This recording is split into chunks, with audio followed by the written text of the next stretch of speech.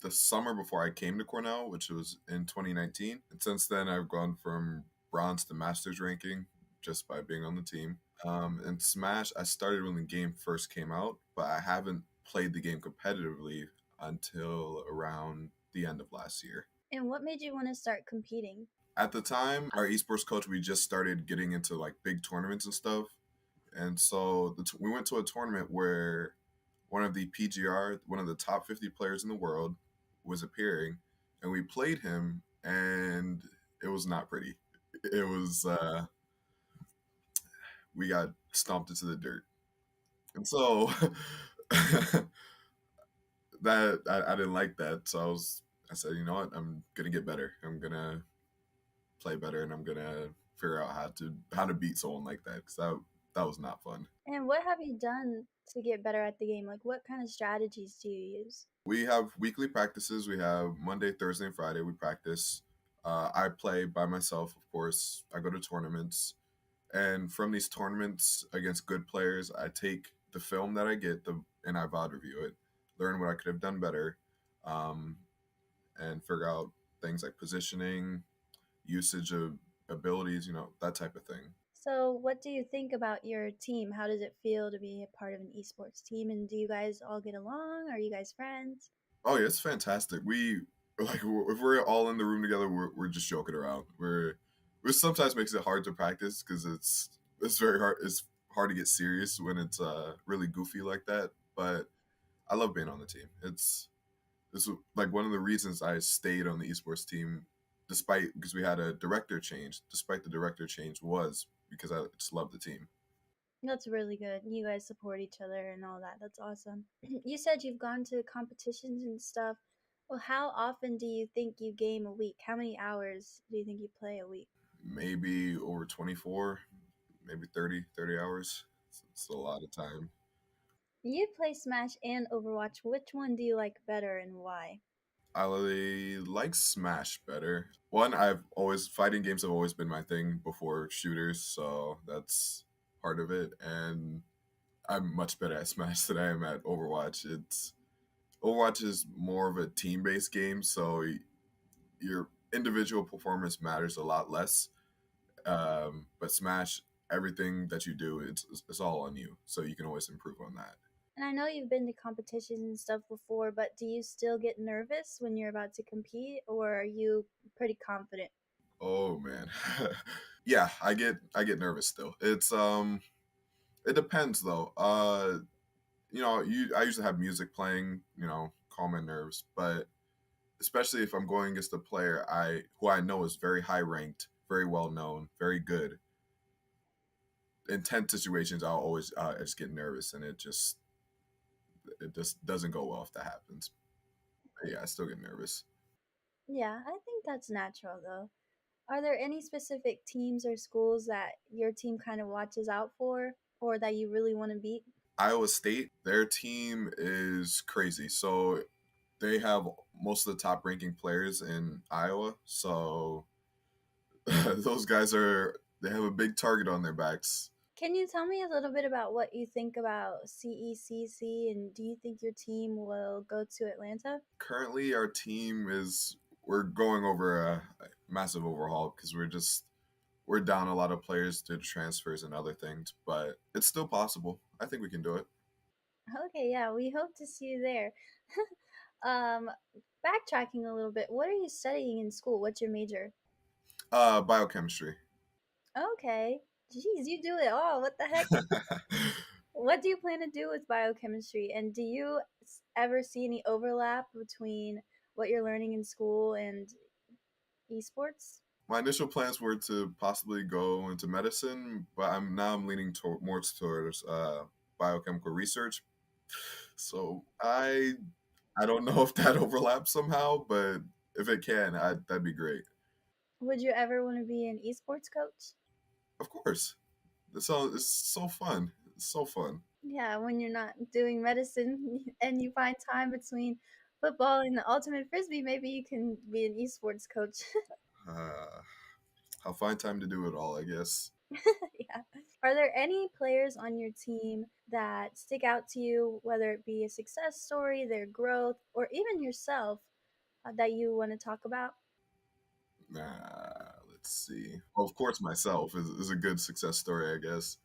Because when I joined the Smash and Overwatch team in 2019, I was garbage. Like it was bad.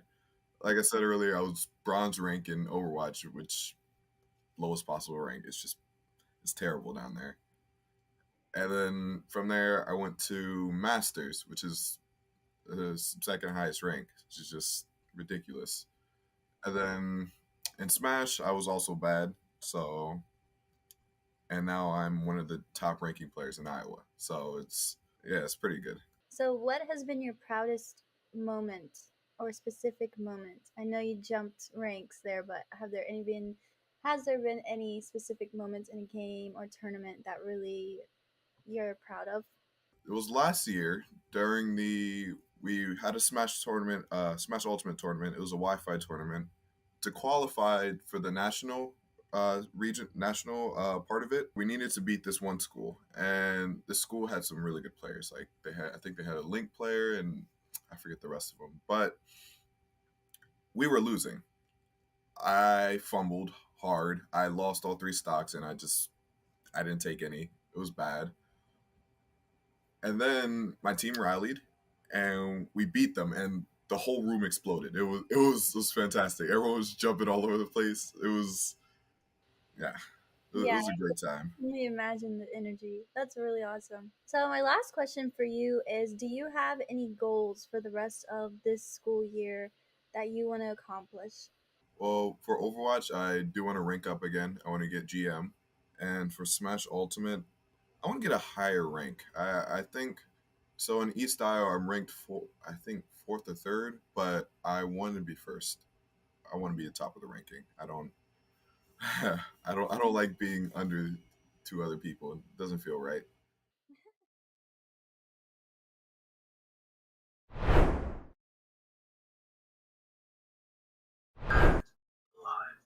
Hello, good afternoon, and welcome everyone to round 5 of the ECAC League of Legends Division A, where Army West Point is getting set to take on the Rensselaer Polytechnic Institute. Both of these teams are sitting tied at 3-1 in the standings and are looking to claim their fourth win of the season. I'm Cast. Alongside me is Go Farino, and man, how you doing tonight? Decent. I don't know how Decent. else to describe my day. I'm with you, man. It's been a long week for most of us, and obviously we get to spend it here this Friday on round 5 as we get to see both these teams take each other on. We will be getting a draft very shortly. Just very briefly, want to cover a couple things of the team and get your prediction. I know that we'll have plenty of time to talk about these teams and the predictions, but how are you feeling about this matchup? Definitely feeling up tonight in terms of who's favored to win. Mm-hmm. Yeah, that's the vibe, bestie. That's the vibe. Well, we'll have to see if either of these two teams are feeling the same vibe as we get ready to get on into the picks and bans. A couple of champions I think that we can go through and just kind of figure out what these guys want to do in the draft. When we're looking at these teams and how they play and just doing some of the research I've seen on them, a lot of what kind of shown out to me was really how Army West Point choose to play the game. This is a team that plays a lot towards the meta, have a lot of the strong champions that are currently favored in the meta, whereas if you look at RPI, this is a team that kind of plays more off towards the meta. I know we were talking about that Master Yi pick that we thought was a little bit interesting as we see some of the names from, I think this was the previous series. And we'll see it change here in just a moment. But interesting to see what the picks and bans are going to be. As Aatrox and Akali going to hit the ban board first. Okay, yeah, the Blitzcrank ban, not too surprising here. Both sides do play it. Also been really, really strong after the recent changes, even with the nerfs.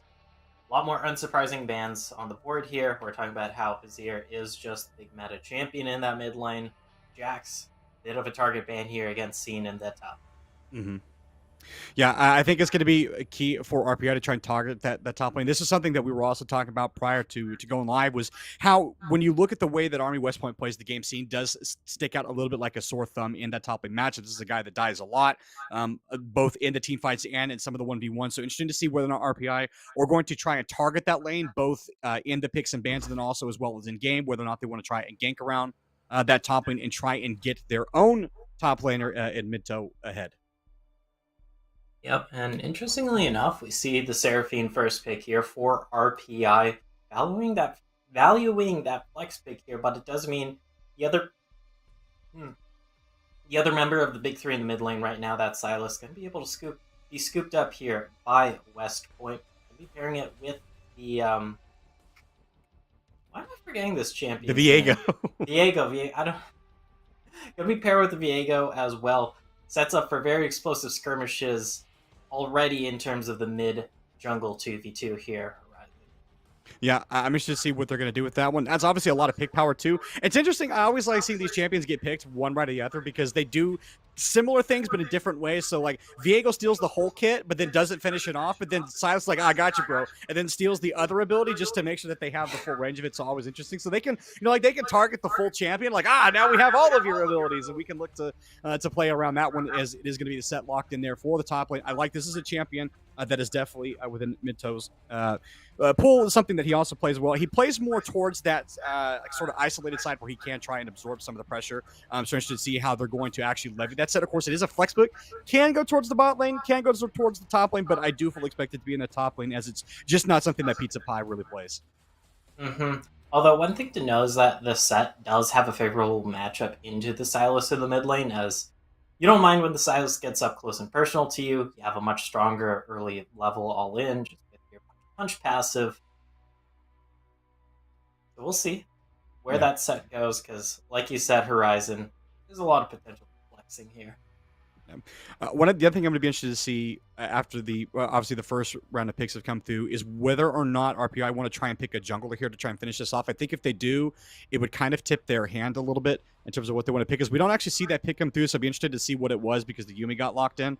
So I'm not sure what RPI have locked in on their third round, as it is going to be Graves locked in there. So that will be the jungle pick there. So that means that they have still a lot of flex, though. Seraphine can flex towards the mid lane or the bot lane. Set can also towards flexing 3 lanes. So RPI, they have a lot of draft potential here in terms of what they can still draft for themselves and not show anything. But obviously, we'll have to see what the next round of bans is going to hold. Mm-hmm. Because Graves, you can technically flex to the top lane if you do really want to. It means RPI as well. So far, their comp outside the Seraphine, definitely much more on the close range and much more brawly. Should be able to handle Army West Point just trying to jump in very well. So far, at least. So far. Like you said, we have to see how the bans and shape up in the second phase here, Horizon. Yeah. And really, for me, the thing that I'm kind of surprised is the fact that the Yuumi actually got through the ban. Normally this is a champion that we've seen get so much hatred, both at Worlds and MSI, and people have been complaining online forever about how this champion is just too strong. The fact that it can just sit AFK on another champion and then just do more damage than the mid laner in some cases is a little obscene. So, but obviously execution is the most important thing. So Army West Point, they'll have to actually make it work, because if you can kill that Yuumi's carrier, then it is just a free double kill, because Yuumi has absolutely no way to get away from anybody that's trying to hunt her. Yeah, almost always. If you're able to attach to someone else, that is always a possibility. In the context of bot lane, though, like you said, it's usually a 2-for-1 deal. That's why usually sometimes you'll see like hook champions into the Yuumi, because you're just hooking one champion, you get 2. It's gonna be Yuumi Ezreal, though, known for extreme safety, and assuming that this is a Seraphine bot lane here, it's not like RPI is gonna have that real hardcore all-in potential to interrupt this Yuumi and Ezreal. Just having the time, farming up, poking you down. But it does remain to be seen, of course, because technically RPI might not have picked their bot lane yet. And that sends probably something to me that it is going to go in the top lane there. So that likely locks that set into the mid lane, as you were highlighting, especially into that matchup with the Silas. Still going to be feeling pretty good about that. Sin's just a difficult champion, I think, to pull off, just given the fact that if you know that he wants to proxy the wave, then you can try and figure out where he's going to be in the jungle, because he doesn't have too many escape routes once he gets in between those mid towers. So you can, or sorry, those top lane towers. So you can look to knock this champion down. But obviously, locking him down when he's super fast that's going to be the Darius over there. So that, wow, that might actually be. Yeah, it should be. Okay, that raises a lot of interesting possibilities, because all of these champions can still flex. This might be Singed bot lane in Seraphine ADC. Yeah, that's what I'm thinking here, because I know Singe support is technically a pick into Yuumi, as your adhesive glue, you put it down, the Yumi's grounded, can't reattach to anyone for 6 seconds, I believe is the lockout time, but also it stops the Ezreal Arcane Shift here. RPI, though, you basically have a quadra melee composition with how this tends to be much more in your face and close range. That's why we're seeing West Point bring out the Mordekaiser here. Really great at punishing like these very close range sorts of compositions that RPI is breaking out here. And so that's the other thing that I wanted to ask you too is, these compositions have been locked in here. Is when you're looking at the Viego and the Silas, there are a lot of really good ultimates here on the side of RPI to steal. Obviously, Darius ulti, not necessarily the best for someone like Silas, but you do still have the Seraphine ulti that's pretty good. You have the Showstopper there from the side of Set. Even Silas ulti to some degree is pretty good, because you get that magic resistance and the armor, and you ultimately just get the speed. So that allows Silas to take these faster team fights. So go for the one thing I want to ask you right now is, especially with the Mordekaiser's the last pick, in your mind, how do you see this composition playing out for the way that Army West Point wants to play the game? Obviously, they're going to be looking more so for brawls here. I feel like this composition, you have the Viego who can very just hard snowball out of control, but you don't really have the best ways to set up fights here outside of this Silas for a big wheel. Stealing an ultimate, and even then, like, the ultimates you can steal to engage either the Seraphine Encore or the Set Showstopper. So it is a little bit tricky here for West Point. Both these compositions, like we mentioned, pretty darn close range for this part. Yeah, I think that even highlights, too, you're talking about the range of these champions, that highlights the value of the Ezreal even more, because this is going to be a champion that's able to poke you over the wall, is able to put in that damage and kind of sustain, especially with the Yuumi healing, but that is matched by the Seraphine to some degree, so you have that AoE healing, shields, and speed-ups that allow RPI to kind of run at Army West Point. The other thing that I do want to highlight, though, that I think is a little worrisome from the side of Army is that you don't actually have a lot of ways to protect the Ezreal outside of Yuumi speeding him up and then providing some healing, because one of the things that the Singed and the Set do really, really well is they run at a team composition, find somebody, and then deliver them straight into the back line, or into the front line, of your own team. Yeah. Thankfully, though, you are in Ezreal with zoomies to, just kind of bolster you. You do always have that arcane shift. You can be very slippery, because you will have that nice range advantage as this Ezreal Yuumi pairing against a Set plus Graves plus Singe plus Darius composition. So it's not the end of the world here in terms of backline safety for West Point Horizon. But they are definitely going to have to play at least a little bit careful and make sure you keep the threats out of range. Yeah. Now, something else I want to get your opinion on, too. This Mordekaiser that was locked in is the last pick there for Army West Point. This is a champion that we see very, very different views on, depending on whether or not it performs. Obviously, a Mordekaiser that gets ahead and gets kills becomes a very, very dangerous source of magic damage, especially being able to proc that passive that he has, where you sit in the middle of 5 people and they just slowly burn to death. But this is also a champion that, if it doesn't perform well, means that you can kind of get away with not having to buy the QSS. So interested to get your take on whether or not this is something that RPI really needs to plan for, or if you think they can get into this top lane, put the Mordekaiser behind, and then just not have to make a pit stop for that item. It is a Darius lane against a melee champion, so just by default, the Darius should be able to have that 1v1 advantage when it comes to these early levels. The passive is one hell of a drug for winning those trades. You just stack it up, you get a bunch of AD, you're getting all that bleed damage as well onto your target. Yes, the Mordekaiser can tango with you in that 1v1, close up as another Juggernaut. But especially early on, the Mordekaiser, before you get any health, before you get any extras, this can be a little bit squishy comparatively to what you normally expect by Mordekaiser standards. Yeah. Well, we'll have to see what they're going to be able to do in this match as we get ready to get on the game very, very shortly. I think overall, these two team comps, I think they've gotten some things that they're fairly comfortable with. A lot of these champions were in the draft pool. The only thing I think that really surprises me is the Singed, just given that it is going to be in that bot lane. But again, you've highlighted it's a great answer to the Yumi. You can grab both of those champions, you get a 2-for-1, and then Ezreal has to use all of his escape tools to get out. And then by then, you should have some follow up, especially with the Seraphine Encore. So I guess one other question I want to get from you too is the early jungle priority. Obviously, Graves has a ton of damage, has a lot of access around the map, versus the Viego that kind of takes some time to get on the line. So, where do you think that these junglers are actually going to affect the map early? Um, I'm more so leaning towards that it's going to be a farm heavy early game for these junglers. We know that the Graves can power farm pretty decent at counter ganks, and you do have like setup here that's pretty decent in all lanes. So you can definitely gank a little bit as this Graves, but I wouldn't be surprised if JQC goes for that farming route. Like you said, Nailbird as the Viego does also take a little bit of time themselves, really wants that Heartbreaker ultimate, so you can get those resets and really finish off those kills when you go for these ganks. So it's going to be a little bit of a chill pill here early on. Yeah, I'm with you, especially with the Graves too. He wants to try and farm and get to that early Umbral Glaive and then kind of get around to denying some of the visions and then start up an early objective. I would definitely say though that they need priority in the lanes before they can start up anything like a neutral, just because Graves isn't necessarily the best at starting an early dragon without help, especially if there's someone to contest. So that I think is something else to be on the lookout for as we're getting through the final seconds. So now that we've seen the draft, I got to ask you, go for what are your predictions for this first game? Who do you think came out ahead, and who do you expect to win in this first match? I'll be honest, I'm not entirely sure because RPI's composition definitely is a little bit out there with the amount of picks we've seen.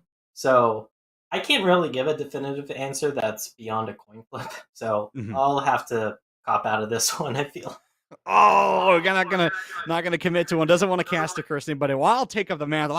I'll do it. I'll put one team behind. I think given the composition that Army West Point has gotten, I think they just have the easier execution in terms of having just a straight front to back team fighting. They have a lot of damage. They have a lot of great scaling on their side, and a lot of these champions are actually really, really difficult to lock down, especially the 1v1s, the 2v2s. That being said, I think RPI, they have plenty of answers. It's just going to be whether or not they can perform on them. Obviously, we see Darius all the time. Everyone gets hype about this champion, and then it dies like 5 times in the early game, and then everyone's like, I'm done with this one, and then the other team composition kind of rolls over it. So it'll be interesting to see whether or not, when we talk about execution, whether or not RPI will actually get into it and have enough to walk away with this composition.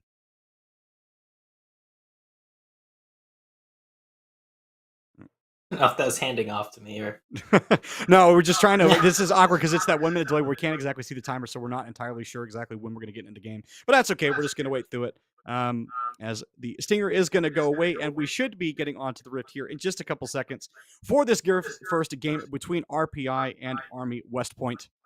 Again, we've highlighted everything that they need to do on the desk, talked about all of the winning conditions for these teams. And what they need to accomplish in the early game to make it happen.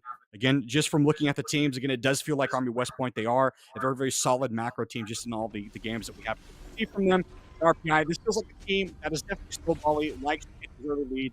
When they win, it is a team effort, whereas Army West Point, it does feel like they win through the bot lane and the mid lane and get leads there, especially with the way they've drafted. It kind of feels that you can leave Mordekaiser on the weak side and not have to worry too much about it. As we are on the rift for the first game, RPI on the blue side, Army West Point on the red side.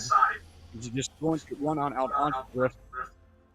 Not expecting early in-game shenanigans as it go for highlighted, so we'll just have to see what they want to do as they get in and try and contest the first early vision. Yep, pretty standard 5-man point coming on out here by just chilling. Go for we talked a little bit about, obviously, the champions. We talked about what the early game expectations are. I want to talk about this Viego, though, because there are a number of item optimizations that can go, and I'm curious what you think the Nailbird's going to try and build on this Viego. Does he go the Divine Thunder route? Does he maybe try and build, I don't know, something like maybe a tank item? Are they going to need him to be that frontline, or can he actually just stick to that damage pathing? It's likely going to be a little bit of a mix towards that Bruiser here, because you do want some survivability to get the resets here. But likely going to be the Divine Sunderer into a tank. And also mirror side too is Nailbird. He's going to look here mid. That's going to be Punch forward. Nailbird gonna flash forward. Willa's not committing his, and we'll just walk on out of there. So a show in the mid lane, a summoner used, and they didn't get a whole lot out of it, but have put in the damage there. He wants possibly to wrap back around. Wants to see if he can get anything, but won't be able to do it. So the face breaker just gonna keep him safe enough there in that mid lane. All right, and we're gonna. Oh, go ahead. Oh, wait, was I interrupting you? No. We were saying that we were just gonna give you a minute to get your audio fixed out. So we're waiting to see what that's gonna be. So while we wait for him to get that audio selected, we'll just kind of talk through the early game. We'll just let him get set. He'll let us know whenever he's ready. We don't rush him on that one. Big thing right now, too, is just the shove in the mid lane, too. So that means that Silas is just going to have to put up with that against the set. This is fairly expected just because the set has a lot of safety. You know, if Silas does go in, you can trade face breakers, a great item to keep yourself healthy and safe. And also just the fact that the auto attacks are faster for the set means that he's going to proc his Conqueror a lot faster. But that is being traded in the bot lane, though. Graves going to get seen here. It's going to get tagged up with the Q. That's going to be the jump over from Cool. Should be safe. Exhaust going to go down. He's ticking slowly. No first blood yet, though. No overcommitment. As JQC going to walk his way on out of there and will be fine in the end. And again, in this one, it's going to be about this early drawing pathing. Noella's has access to the flash. Going to have to be forced to dodge the chain. Going to grab the grab. Albert wants to walk out of this one. Wells wants to try and get forward, but if he steps too far forward, could find himself in trouble. Of course, has access to the face breaker, so additional tankiness is going to be nice to have that in your pocket. Just making sure that you're not in too much danger. His ping is going down to Viego, so they know he's in that top side, so that means that mid-low should just be walking his way on out of there. Fairly even lane state right now, all things considered. It's just a very slight CS lead there in the bot lane. Mid lane should be fairly fine as well. And again, the biggest thing is just tracking where these junglers want to go. They're already active in this early game. JQC getting spotted in that bot lane, lost a lot of his health. So Army West Point definitely trying to make sure that they keep tabs on him as much as possible. And again, just want to see as Gopher is going to be here with us again. How you doing, buddy? Yes, hello. I am back. We be fixing a little. Yeah, no, sometimes it doesn't always go as smoothly as we would like, but that's okay.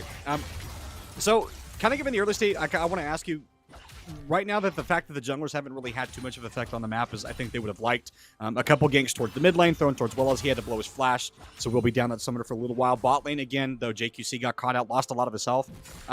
Just trying to get your feeling of how you feel like this early pacing. I mean, this is kind of more or less what we thought it was going to be. Interested to see where you'd like to see these guys go next. I don't know. What is the vibe here, bestie? Always a good question. Might have also been caught a little off guard because I was still trending toward them, just a little. No worries. One thing I want to see right now is whether or not these junglers want to play for an early game objective right now. That's one of the keys to unlocking the game, especially as these lanes start to take over level 6, as that is going to be mid-low. We'll have that in his pocket as well, so can look to start team fighting around that objective. It's always interesting whether or not the teams can actually make the swap for the objectives, and I think Gopher, this is probably something you've seen a lot of as well, where one team gets the bot lane prio, so they just go ahead and make a play for the dragon, and the other team's like, okay, well, we're just going to shove out the top lane, and we'll make a play for Herald, and those objectives get traded.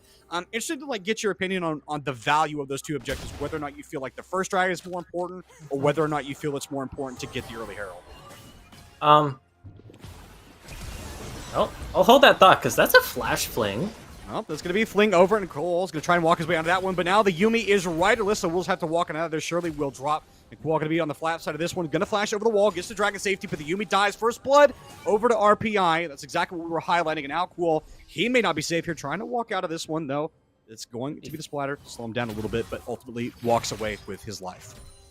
Really nice gank there in the bot lane. Set up beautifully by Pizza Pie there. You just put down the glue, do the flash fling. Next thing you know, bada bing, bada boom, you get it. Yep. And that's exactly what we highlighted too. You talked about making sure that the Swain, or sorry, not the Swain, the Cinch could get the fling on multiple people. It's a 2-for-1 target. And I think RPI, knowing that that's an advantage that they have. So, just going to see whether or not, is the replay going to come in? So, walk us through what we see at the beginning here. You see that Q go by just a little bit here. Pizza Pie wasn't able to get on top of him. Runs through, and Cool just trying to find the safety of that brush, manages to get to it, and ultimately lives in that attempt there. little shimmy on out. So at least someone gets out. It's always nice to have. Because like you mentioned, that I mentioned to your Horizon, is a 2-for-1 deal when you do get that Klingon down. Oh. Yes. Be careful here, Nye. This is a man advantage for RPI, and Ilbert going to try and get on that. This one still has extra flash, blows it now. Wells would like to find the grab on someone, get the showstopper, but won't be able to find it. So they will just negate that play. AWP, they were looking, but weren't able to find anything. And nearly paid a pretty dear price for getting found out on their own. Ilbert, though, like you mentioned, will get on out with that flash. Looking to start up the dragon here, but it is spotted out. West Point just going like, yeah, let's not risk it this hard. Let's not force the 50-50. Let's not potentially lose a member trying to get this dragon. You can just back off. You don't have to.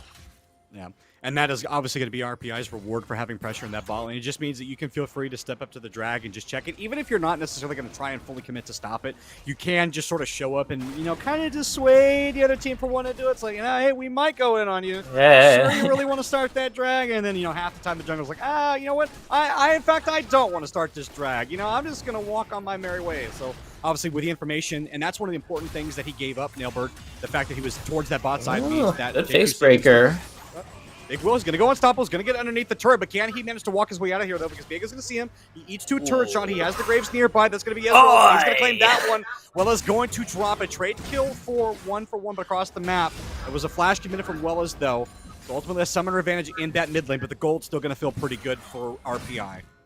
1-for-1. You did put the Silas down and stop that whole scaling factor, but there's a great true shot barrage coming on through from wall there.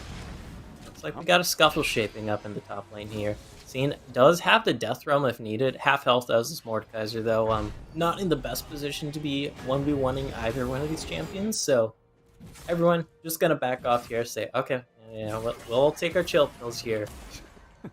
Be on our merry way. Speaking of chill pills, though, Pizza Pie not looking to stay very chill at all. He's being pretty disruptive is some what we might call some bad manners and just stopping somebody's recall underneath the turret. It's generally seen as good macro though, so obviously going to continue to pull that one off. Early itemization too. I like this adjustment from mid low, knowing that really the only way he can lose against this Mordekaiser is just to get to a super low point and then get pulled into that death realm. So I like the stop for the Hex Drinker right there, just denying some of that magic damage too. Interested to see whether or not, depending on how this game goes, whether or not the Darius is actually going to go towards the full QSS. And this is something we were talking about earlier, and I kind of want to expand on it a little bit more. There's no champion that really efficiently builds a QSS, right? There's no item that it builds into that's good for any champion. There's no super nice utility item outside of just having the improved QSS that, the Mercurial Scimitar, I think it is, that it builds into. Most people don't even really upgrade it. They just leave the sash in the inventory and then play around that one. So, yeah, it never feels really good to build that item. Yeah. I mean, okay, so technically, you do have the... Okay, we're caught out here in your own jungle. Nailbird, he's going to get challenge smited. He's going to be ticking. JQC should be able to knock this one down. Does he need to commit the ultimate now? They might try and wrap around another way for this one. Pizza Pie, he wants to run down Big Will. Should be okay if he can get underneath the turret here. So Will, they just look to... Oh, the flash? That's going to be the encore. It's going to miss. Big Will flashes out of there. It was a flash for flash, though, traded for Exoffies. So will just be a trade of summoners there. Ends up living there, but they're going to drop this Herald mid and pick up some of these plates. If they do drop the Herald here, it looks like... Okay. Cool. I was just going to say Exothy. Not sure what the pathing was there for Exothy to get stuck on that wrong side of the map. So, yeah, that's just going to be a kill donated to AWP, and they're going to feel pretty nice about that. Yeah, you got 2 kills on this Ezreal now. That's a bit of a scary prospect. NGL. I mean, look, he's already got the Sheen. That's 1 item power spike right there. True. Although, on a more serious note, Ezreal is like technically much more of a 2 item spike champion nowadays. Just with Manamune and Triforce being like so cash money on him. Is that your preferred, though. Is that your preferred build for him? I like Triforce, yeah. I mean, tons of damage. I know Divine Sunder usually out-damages it. At least it did last year, pre-changes. I don't think this is going to happen. So we can go back to talking about Ezreal itemization choices. Yeah, I'm with you. I think the Manamune obviously makes a lot of sense. It's just a super efficient item, but I think I think what's disappointing is when you see Ezreal, like out of the variety of builds, a lot of times it just ends up at some point in the season coming back to the Triforce just because whatever item was good on him inevitably gets nerfed. And then it's like, you know, the kind of the Thanos memes, like you couldn't live with your own failure. Where did that bring you? Back to me. You know, everyone abandons Triforce as soon as another item is cool, but then, you know, inevitably that item gets nerfed and you have to go back to Triforce. Yeah, I mean, I think okay, look for the face breaker. The face misser, more like. And very funny. That's a good upsound abduct. I don't know if you want to take that one, though, Big Wheel. This is a weird positioning, though, because they're caught on the wrong side of this jungle here, and AWPE, they can collapse a little bit faster. Now, Big Will's going to steal away the showstopper there. They can look to commit for this, and now they have a man advantage. That's going to be the Graves falling, and now they can just look to fight this. Well, as he's going to jump forward, but Big Will, he's going to survive the face break. He's going to pull him back, and that's going to be another kill. Double kill for the Ezreal. Now Pizza Pie just wants to try and survive. That's going to be the ultimate coping out from Ezreal. Now, what else can they get? They have no tower to fight around, but they don't even need it. They're going to collect another one. It's going to be 3 kills for 2. They're going to collect that gold, and they're going to be very happy with that state. Yes, they drop a tower, but they get themselves back in the game overall with the gold. Even as I say that, though, it's still a 4,000 gold lead for RPI. Little interesting there, because we saw there was the Herald in the bot lane here for RPI. They're obviously looking to keep the pressure up, finish off that first turret. They are able to secure that first turret. That's a lot of the reason why the gold's still like this, but a little bit interesting positioning. You're a little too far up, kind of getting caught out there. We saw JQC just kind of drop there before really being able to do too much here, Horizon, and just kind of led to that whole entire awkward trade. Yep. And I think the most important thing for AWP is the fact that a lot of those kills, in fact, almost all of them went straight onto that Ezreal, which is super good. So he's going to have the completed boots. He'll have the Triforce. He's going to be looking to finish off that Manamune build here in just a couple of minutes. I'm surprised he didn't actually finish that first, but instead just went ahead and went for the Trinity Force first, as Nailbird is going to get invaded here. It's a 2-on-3. AWP, they need to make their way out of this one. Big Will's going to be stuck underneath the turret right now. Do they look to try and dive this further, or will RPI walk their way out of here? Again, just posturing. How do these teams certain whether or not they want to go in? The Yumi's going to join the fight now, and I think that's probably going to be the signal for RPI to go ahead and pull off of this one. RPI just kind of like, you know what? I don't think this is going to work out. Let's just back off now. Yeah. And be able to just shimmy on around here. Get some more vision control. Farm up your jungle. Maybe get a reset or two for some of these champions here, although no one going for the reset just quite yet. All things just kind of back to status quo, so to say. Yeah, they're just going to continue to play it around slowly. Obviously, the second Herald has spawned. RPI is going to take that objective directly as it spawns, which means they have that timer to play around because they're going to be able to get this before the next dragon spawns, so they'll have plenty of time to knock this down, get the lane shoving, reset, and then they can place that either in the top lane or the mid lane and look to just force those towers down, in which case AWP, they'll have to respond to it at some point, or you know, sometimes you see a team just kind of let the Herald go and they're willing to make the trade of a tower for a dragon. But I think in this case for AWP, I think that would probably be a mistake, so they'll have to respond to that one. So I fully expect the next drag to go to RPI. They are going to want to force that issue. No,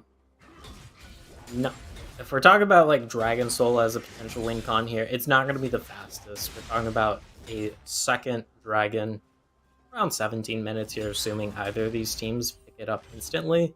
So that's definitely a ways out, but like you said, still going to want to be picking up those dragons, not giving them over for free, especially since RPI, they have this gold advantage right now. Horizon, they want to keep themselves in the driver's seat and potentially getting a 1-2 punch of dropping the Herald and maybe picking up that turret and using that to secure this next dragon. Puts you in a much more comfortable spot here in this game in terms of lead. Not going to be the case quite yet, though. Good grab. They clear the warden. This is going to be the teleport committed. What else do they want to get? Is going to be a 3-man charm. Nailbird is going to try and get out, but he's going to drop 2 quick kills just as soon as you can say him dropping in the mid lane. Mordekaiser's here, but so much damage. This is still a man disadvantage. They want to try and walk forward. They're going to throw him back unstoppable, and now Cern's going to knock down one. The Yumi's still alive. They're going to collect that one, and now what else can they get? Cena's been slain. Wants to get another one. Wellas trying to survive right now. Gonna be the face breaker. He's gonna survive. Pulls him backwards though, and now Wells has to try and get his way on ahead of Mordekaiser. Pumping in the damage. One more auto would do it, but Wells going to flash. Lives for now. Big Wheel has got the Seraphine ulti. He's really late to this fight, but still can turn it. Teleport. Teleport behind. What else can they get? Kual forced to flash away. Mid-low still fairly healthy. Seraphine pumping so much healing and shielding into this RPI team. It's going to be the commitment there. They're going to manage to get the Darius. What else can they get? Pull him behind. Good bop. They're not able to grab him as well. It's going to be the the 3-man swirl. Gets a little bit of health back. Survives thus far. Slow. Well, has to get his way out. It's just such a long team fight again. Pop This him. team going Flip longer and him. longer. Pizza Pie is going to pull them back, though. And now the Ezreal has no more escape tools. He has nowhere else to go. And now Nailbird's going to be just in time to watch his ADC fall. And this should just be the Dragon Start here for RPI. A really long team fight for the end out coming ahead. There was like multiple team fights, I feel. It felt like there's at least 2.5 in that whole exchange. But RPI come out on top. They get the 3 for 2. They get the Dragon. It's got the mid lane outer turret as well, so they're feeling pretty fine and dandy, to say the least, in this game right now for Ryzen. And just going to be about consolidating that lead. Baron's going to be on the map soon. Probably going to be looking towards that. Try and get some picks. Maybe take an early Baron if, the opportunity does arise. Well, they have a sizable gold lead right now, too, and that's going to lead to items. And one of the other things that I wanted to highlight before that team fight actually happened was the overall health of these turrets. Right now, RPI, theirs are fairly strong, so they have several bastions of safety that they can play to, whereas CP, he's going to be knocked up here. They're going to try and lock him down. The Yumi ult is going to make sure they secure that. He's slowly ticking, though. Nailbird doesn't want to let that go. Now he's going to capture the Brave Soul. We'll just look to clear out his camps and walk away. They get 1 kill. And as I was trying to say before, I was very rudely interrupted by a couple people that were trying to fight, was that RPI, they can look to knock down this top tower and then look to pressure to get a little bit more control on these sidelines. They can start to kind of split up the pretty good team fighting comp of AWPE. Is low. He's going to get grabbed up by the Mordekaiser. Now Pizza Pie is going to be here. Once he comes out of this one, it will be a fairly uneven fight for the victor. Sorry, the Viego was here. They're going to be another teleport committed, and now it's going to be mid-low falling as well. Pizza Pie has to get his way on out of here, but that's not going to stop the Viego. He wants to try and run him down. Ooh, the bleed. But the Singed is very quick. He has a lot of grabs, a lot of slows, and you don't want to sit in the purple goo. That mist will convince him to walk away. The Singed lives, but the Darius falls, and AWP, they are fighting back in this game. Fighting back in. Indeed, the Rylai's here for Scene just so powerful when you're talking about being inside that Death Realm. It means you can't really, just get away from this Mordekaiser. You can't really efficiently kite him out. Hello, Harold. How's it going? Yeah, they're going to hit the eye there. I don't expect this one to actually make it towards the tower just because they don't have enough people to force this one to get it there. So, yeah, they'll just knock it down.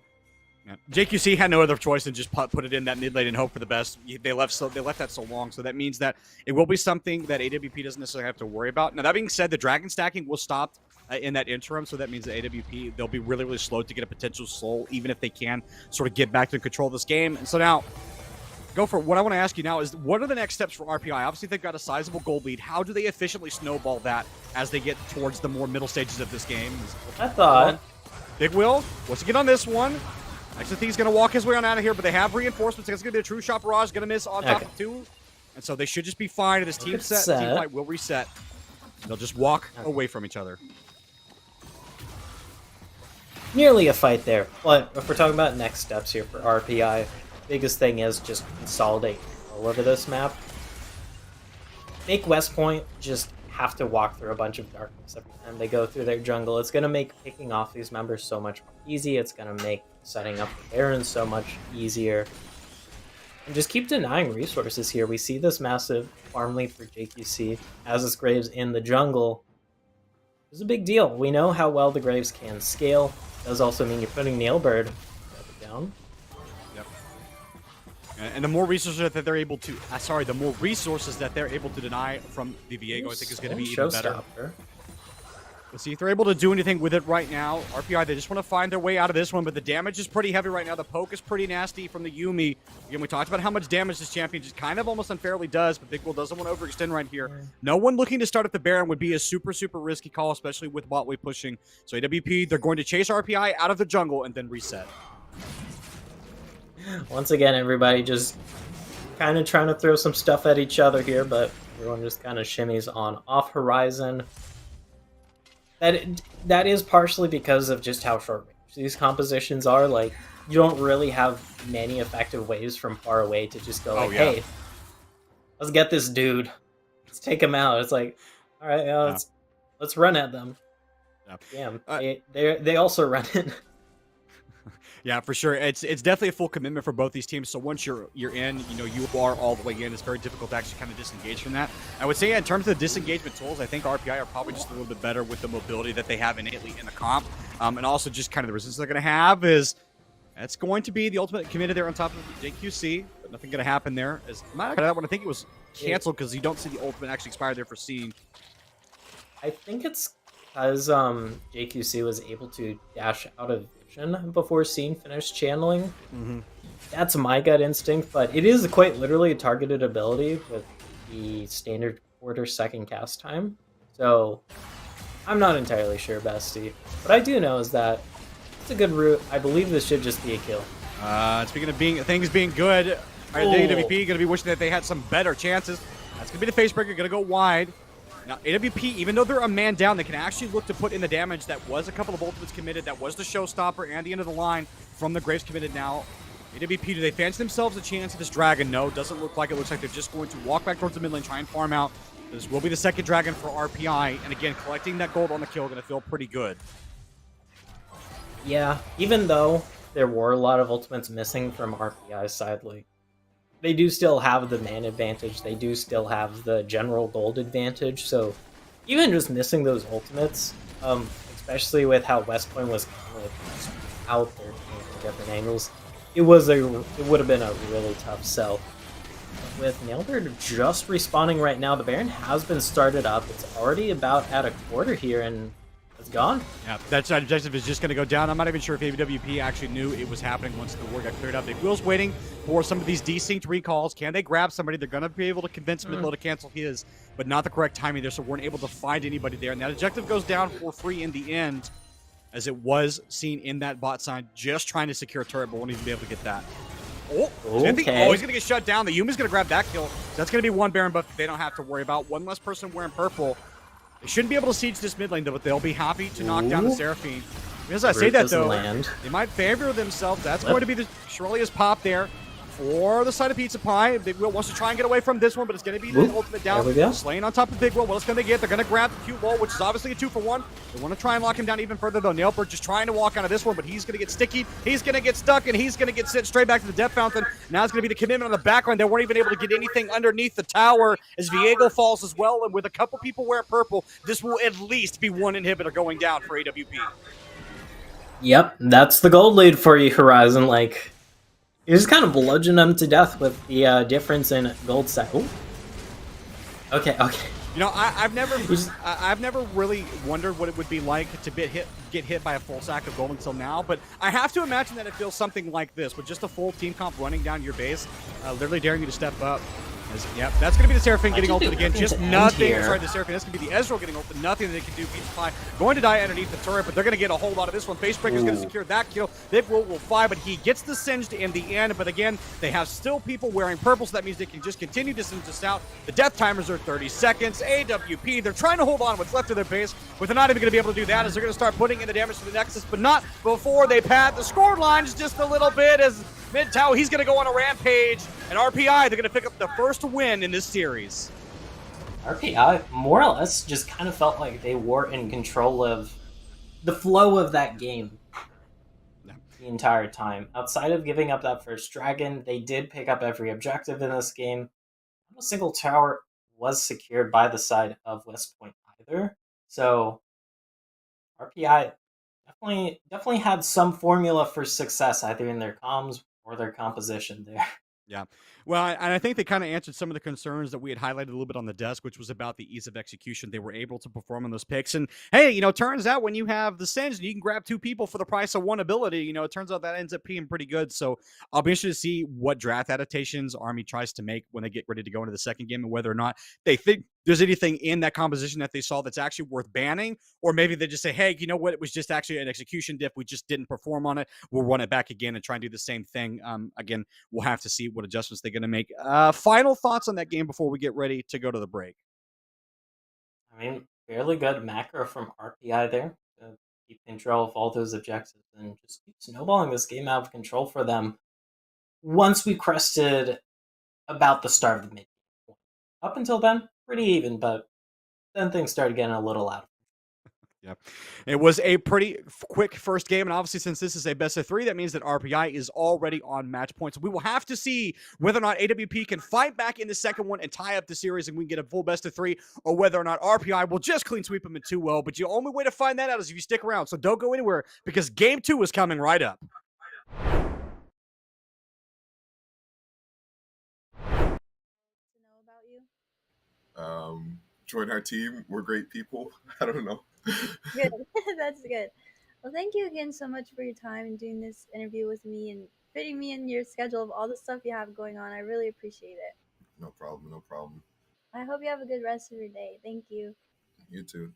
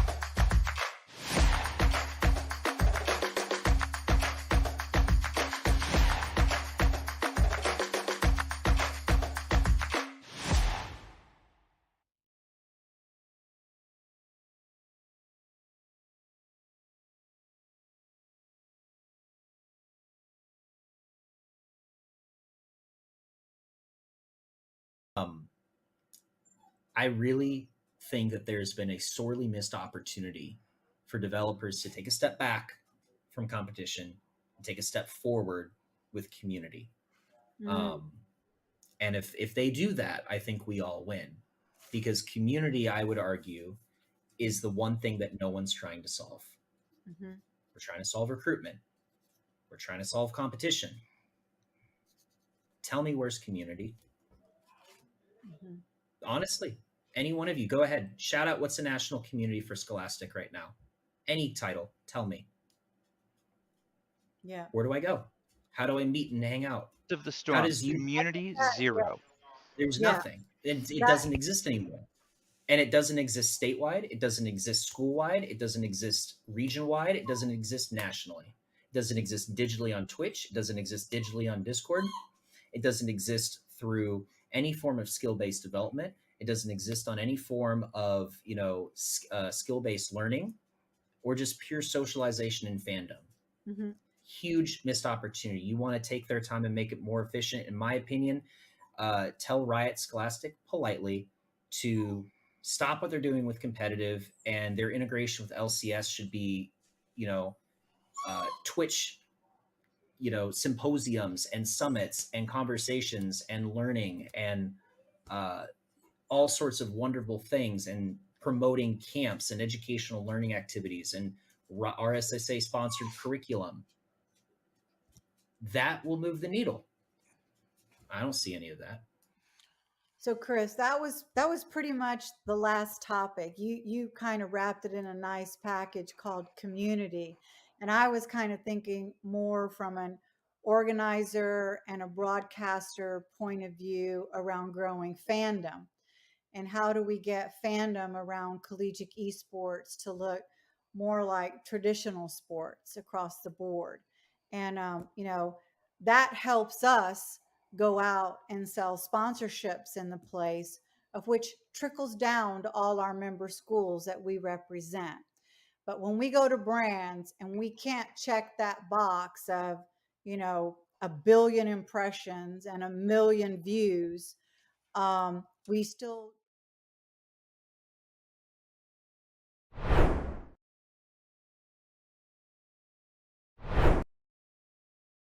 Hello, ladies and gentlemen, and welcome back to the ECAC Division A Round 5, where we are getting set for game number 2. We should just be getting straight into draft here, as both the teams have readied up. And while they get ready to do that, just going to very briefly talk about the last game. It was a pretty convincing win from RPI, so interested to see what adaptations Army West Point will make. Mm-hmm. So far, it is just the Seraphine taken away from last game here. So that's not on the board, thankfully. Yumi's also not on the board here. Yes. Does mean Azir gets through, though. Yep. There it is. And that's a pick that I fully expect to come out from Army West Point, especially when we were looking at some of the drafting. Big Will kind of likes a lot of these sort of up and close playmaking champions. You're looking at like Silas, Azir, Yone, Akali. So a lot of those champions make sense, especially enabling some of the 1v1 in the mid lane. So interested to see what they'll pair with that as RPI. We're interested to see what they want to take on 1-2 of the draft. It is going to be Big Will locking in the Yone there. Of course, it can go top, can go mid. So we'll see whether or not Scene's going to pilot that champion or whether or not it will go to Big Wheel. Mm-hmm. I'm kind of feeling top here. The Yone tends to get pretty hard harassed by the Azir. Granted, you do still have pretty good all-in power, so I don't know. We saw quite the flex composition from RPI last game here, so not something we can take off the table entirely, Horizon.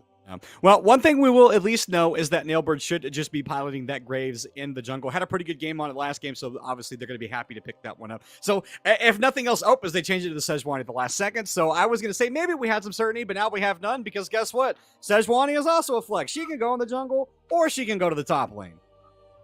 Yeah. So we will have to see on that one. Lots up in the air. I don't know where these picks are going, and these are two completely new picks for RPI. It's like Army and West Point, though. Wanting to go back to the Viego, get that nice reset potential. This time around, though, going to be picking up the Zaya here. Question, of course, as always, is will we see the Lovers duo? Will that be banned? Will it not be picked up? I know Rakan's not in the strongest spot right now in terms of, like, the support tier list, but you can't always make the Rakan work when there's a Zaya. Yeah, and just kind of looking at the champion pool too for Miss Piggy, like that one's not Rakan is not something that we see a lot get played there, as it is going to be the Xerath locked in there. That could be the mid lane pick that could also go support just as a barrage mage. So interesting to see where they place that one. So right now, 3 flex champions. We're not going to know until the last second with RPI. But support-wise, I would like to see RPI try and take away a couple of the comfort pits from Miss Piggy. So obviously you want to take away the Renata if you can, possibly the Nautilus, or maybe even the Alistar. Those are other champions. So that leaves us something possibly like the Lulu for some additional safety. Leona still on the board, something again we don't see a lot of. I think the Rakan could work, but it's going to have to be...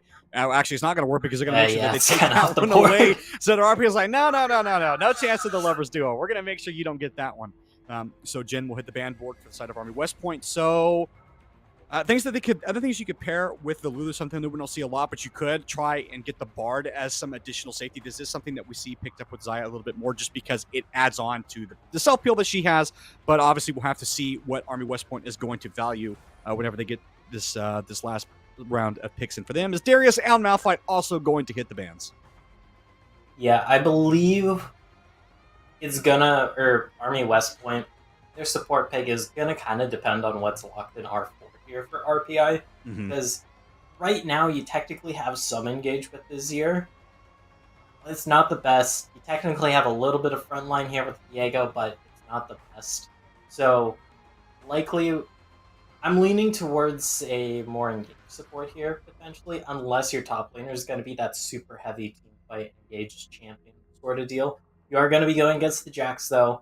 You know how much of a threat that can be when it comes to just hard scaling and just being that split push threat, though, in these sides. Yeah, absolutely. I will say on the Jax point, though, as we see the Nautilus going to get locked in there for Pizza Pie, so that means that they'll have some engage and safety with the Nautilus, so plenty of options there. Again, this Jax works very similar to the Fiora in that this champion, if it doesn't get ahead, and if it doesn't have some help, this is a champion that really can't struggle. It's going to be the Fiora matchup picked up there for mid-low, so he's going to be feeling pretty happy about that one, so that means that they won't have to worry necessarily about Jax just getting a free one of the lane as Taric was picked up there. So this is going to be the Taric and the Xerath in the bot lanes, which means Yone should be in the mid lane. It's going to be Jax on the top side with that Sejuani in the jungle. Is actually is going to be Leona there. I like this as a potential answer to the Nautilus, just because it roughly does the same thing that Nautilus wants to do.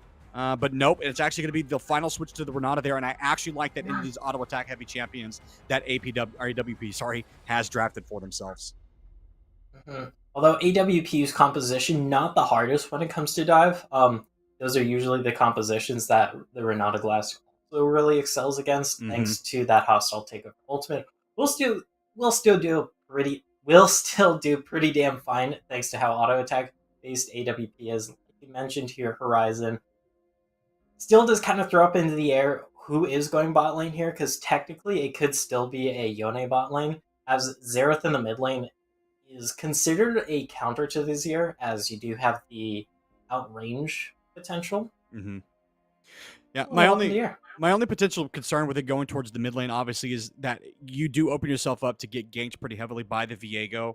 If it does go there, so there are plenty of options. And once Xerath has that flash down, he really doesn't have a lot of other escape tools outside of maybe just pumping in damage enough to one person to convince them to go away. So I really do think it is going to go towards that bot side, especially with the Renata to give it additional safety. You can sort of poke the Xayah and the Nautilus from pretty long range, and they don't really have a lot to do anything against it. I also think partially if the Yone were to go down there, I think it would be very difficult for that lane for your RPI, just because then Xayah has free push constantly into the turret.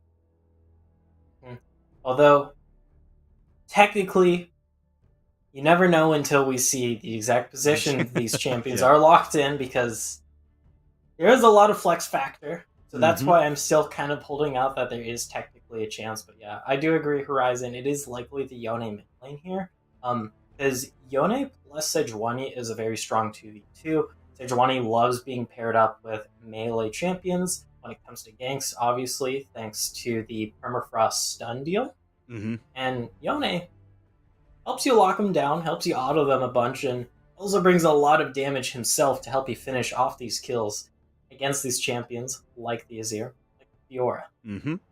Yeah. The other thing that I think that's nice too, and again we talk about synergies with these champions, is it's going to be double melee with the Sejuani, so that makes taking any kind of neutral objective a lot easier. That also makes taking any kind of team fight a lot easier as well. You can make sure that you get those stun passes on multiple people, and then you don't have to necessarily commit your Glacial Fissure to any specific one target. You can just kind of wait it out and see what looks the best. On the other part I want to talk about now that we've talked a lot about what RPI wants to do is for Army West Point, this composition makes a lot of sense when you consider the whole of it together. You have some really good scaling picks, both with the Azir and the Xayah. So you have a lot of late game insurance. The Viego also is going to help you bridge that mid to late game gap. Nautilus gives you a lot of engage. It gives you a lot of safety, a lot of peel. So I kind of want to pick your brain a little bit about this for Army West Point. Obviously, they're down a game. They have a draft that on paper looks pretty good.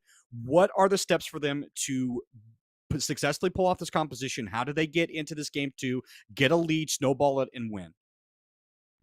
Biggest thing, of course, what I'm looking at is getting someone to snowball here. You have a lot of scaling thanks to the fact that you have the Fiora, you have the Azir. You have ways to start off fights in a very assured manner, because you have Nautilus here. You just point and click, or you drop the hook. And just get someone snowballing here for Army West Point. That's what I think is going to be the biggest thing for them, because then you'll have the side lane pressure of the Fiora. If that Fiora is able to 1v1 the Jax, you kind of just won the side lane there, and it's going to cost so much resources here if you want to keep Fiora down. Now, it should, because you've highlighted that Fiora matchup, so obviously making sure that they get some kind of side lane threat going. Fiora is, one of those notorious champions that if she does jump out to lead, if she gets some of those early items, then she becomes really difficult to kind of duel and becomes a side lane threat that usually takes multiple people to answer. But when you look at the side of RPI, they do have some good tools to deal with this, especially when you're pairing it with a Jax that can work with a Sejuani. I've seen a lot of times where, the Fiora gets put in this do or die situation, and which ability, which CC do you want to dodge out with the riposte, because you can only get rid of one thing. So what poison you're going to pick? So in your mind, when you're looking at this duo, especially with the Viego paired with it, out of these two, which do you favor more in that top side jungle matchup? In terms of top side 2v2, oh lord, not me almost tripping. Gotta favor the Fiora Viego. You will have a lot of cutting power. You have the extra true damage here to ignore the just extra buttload of armor JQC getting as a Sejuani when that passive is up. The riposte, like you mentioned, if timed well, if you use it on the one CC that matters the most to your Horizon, can just really turn around any of these 2v2 skirmishes in the top side. So, gonna be giving it to them. Unless RPI's topside 2v2 able to get the jump themselves, in which case probably going to be RPI. Mm-hmm. Now, one of the things that I think need to highlight before we talk about anything else in this matchup, and obviously I think something that will catch most viewers off guard, is the fact that Azereth was locked in the bot lane as that APC threat, so that ability power carry. Traditionally, we see ability power carries kind of struggle in some of these 2v2 matchups, even despite the fact that the Xerath is going to have the range. So what is the usefulness of having a bot lane like this, especially given the fact that they're going to be kind of low on mobility? What is it that RPI can accomplish with the Xerath?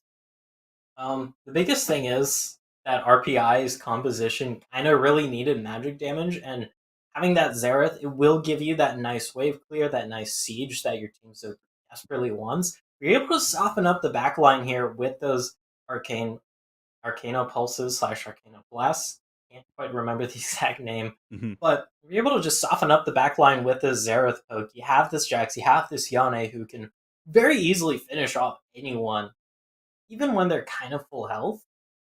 But especially when you've peppered them down maybe about 60-70% health with this Xerath. Yeah. I'm with you on that one, and just mentally when I'm imagining how this matchup goes, it kind of feels like the whole older brother, younger brother analogy, where you kind of just hold your hand out to your sibling, and then they're just kind of flailing their arms, and they can never really quite get close enough to do anything about the fact that you're just keeping them at arm's length. And I think that's something that the Xerath could definitely accomplish, especially with the Renata paired with it. You're going to be able to land that handshake, and then anytime anybody tries to engage on top of you, you can throw that hostile takeover and then just look to buy an additional space. But when I'm looking at this Xayah and this Nautilus, I see a composition, especially in that bot side of the 2v2, that is tailor-made to try and lock these two champions down. So interested to see how AWPE, if they're going to be able to play that, and whether or not they're going to have success in that duo. As ladies and gentlemen, we are on to the Rift for Game 2 of this series. Army West Point, they are down one game. RPI, they want to make this a clean sweep, but if AWP, is it going to be a pause? It wouldn't be a North American series if we didn't have a pause, ladies and gentlemen. The tech difficulties, they aren't just locked to Worlds. We're going to have one here. We'll wait to see what the update is going to be on that. Hopefully it is fairly short. But in the meantime, that gives us more time to talk about the matchup. So, as we were being told that they are having microphone issues, so we will wait for that audio to get sorted out for them. So, Gopher, this gives us time to let me ask you the question. For AWP, how can they isolate this bot lane matchup to try and get ahead and punish the immobility that RPI have drafted for themselves? I mean, the solution I feel is pretty clear. Have a Nautilus, got a hook, got a duel. Speaking of hooks, yeah, that's a big deal. Flashless Xerath, we're talking about yourself in champion select here, Horizon. That was in the context of being ganked mid one, but those also apply in the bot lane as well, because you still have no flash next time that hook comes out. Yeah. We are just going to wait for the spectator delay to catch up. This is something that just has to happen with it, so we'll just make sure. The goofy, huh?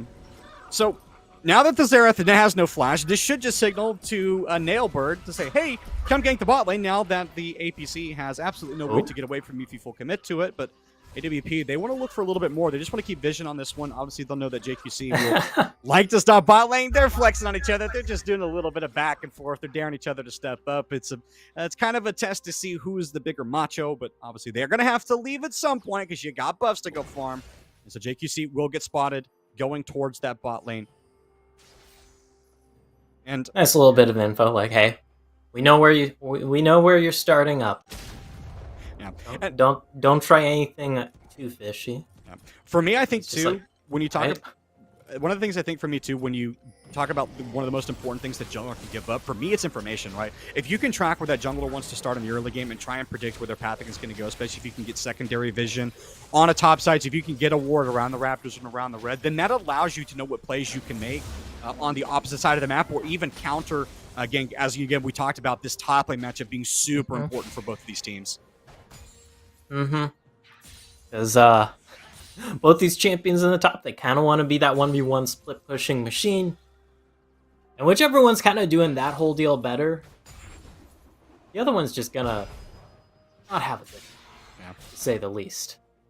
For me, it's going to be a battle of whether or not Scene can land those marks as they passively reset in and out of vision. Interested to see if Midso will try and actually reset those by walking in and out of vision, but obviously that'll cast them some CS, and Scene just continue to land these. Could be a potential solo kill as Midlo is dropping very, very low. Doesn't have access to the level 2 right now, and as long as Scene has access to the repost, should just be fine in the 1v1. But yeah, early trading already going the way of the AWP top laner. Nice little ward there. Another bit of early info onto JQC. JQC probably getting a little bit annoyed about being constantly spied on. Yeah. Okay. That. Yeah, the repost is just going to get shielded out of, so we won't have to worry about that one. That's going to be the commit forward. Flash forward, try and get the knockout. They were going to make it over, but Wells is going to fall. That's going to be the passive. Up, the JQC, shot. they want to try and get this, but Nailbird is here. Now they have to walk away. JQC has no flash. Nailbird, he can look to get forward. He's going to get first blood. What else can they get? Can they manage to knock down the mid laner? Wells wants to try and walk forward. Nailbird has the Sejuani, but Jill just walk on out and be happy with the first blood gold. Ooh, and that's a big first blood too, going to Nailbird's Viego. It's gonna let you hit those crucial points in terms of itemization and levels that much sooner. That's a nightmare to deal with when the Viego gets snowballing. That hook hits? Okay. Speaking of being a nightmare, that's going to be the handshake, just trying to buy a little bit of space as Wall is going to get stunned. And a fairly decent trade, honestly, going the way of RPI at the end of that one, as well as he's going to try and jump forward. Not sure what he wanted to do there, but rubber bands on back underneath the turret and takes a little bit of damage and says, hey, cool gank, bro, but you didn't get me. Nailbird having a much better time at this game. Last, I got invaded a lot last game. Conqueror. Locksman Love. This is an interesting 1v1. Does still have access to the flash. Scene going to walk on out of there, but doesn't commit the ghost.